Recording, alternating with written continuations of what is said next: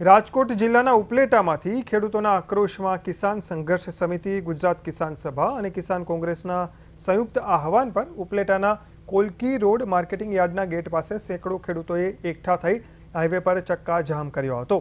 વાવણીના પ્રારંભિક સમયે જૂન મહિનો કોરો જતા ચિંતાતુર બનેલા ખેડૂતોએ સરકારની કૃષિ નીતિઓ સામે રસ્તા રોકો આંદોલન કરીને ભારે સૂત્રોચ્ચાર કર્યા હતા।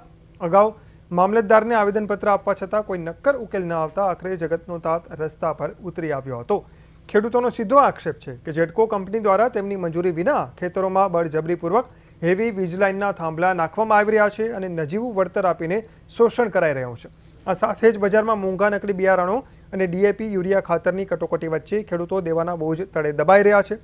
સ્થાનિક ધરતીપુત્રોએ પાકના પૂરતા ટેકાના ભાવ આપવાની અને ખેતી માટે વીજળી 8 કલાકથી વધારી 10 થી 12 કલાક કરવાની માંગ કરી છે।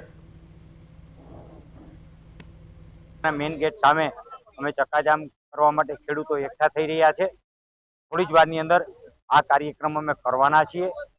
આજે ગુજરાતની અંદર ખેડૂતોની હાલત જે સ્થિતિ છે, ખેડૂતોને પાયમાલી તરફ ધકેલવા માટે સરકાર જ્યારે વીજ કંપનીઓને છૂટો દોર આપી અને ખેડૂતોના ખેતરની અંદર જે વીજ થાંભલાઓ નાખી અને ખેડૂતોની મામૂલી રકમ આપી અને ખેડૂતોનું જે શોષણ કરી રહી છે, ખેડૂતોની જમીન છે એ ક્યારેય એને નથી થવાની, એમાં બાંધકામ નથી। અનેક અમારે આ જેટકો કંપનીની લાઈન અહીંયા નીકળે છે અમારા ગામમાં, અને એમાં ખેડૂતોને થોડોક અન્યાય થાય છે।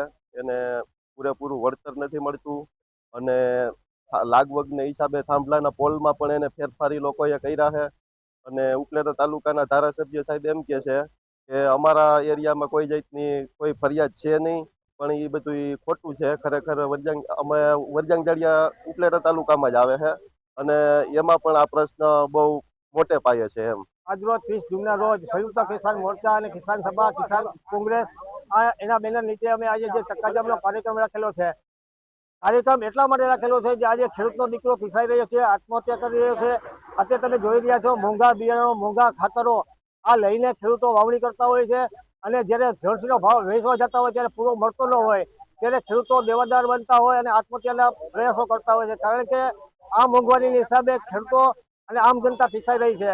વિચારવામાં કે જે મોરબી તાલુકાના જેતપુરની અંદર જે ખેડૂતો ઉપવાસ પર ઉતરેલા છે, આ સરકાર મૂંગી બેરી થઈ ગઈ છે, ખેડૂતોના પ્રશ્નો સાંભળતી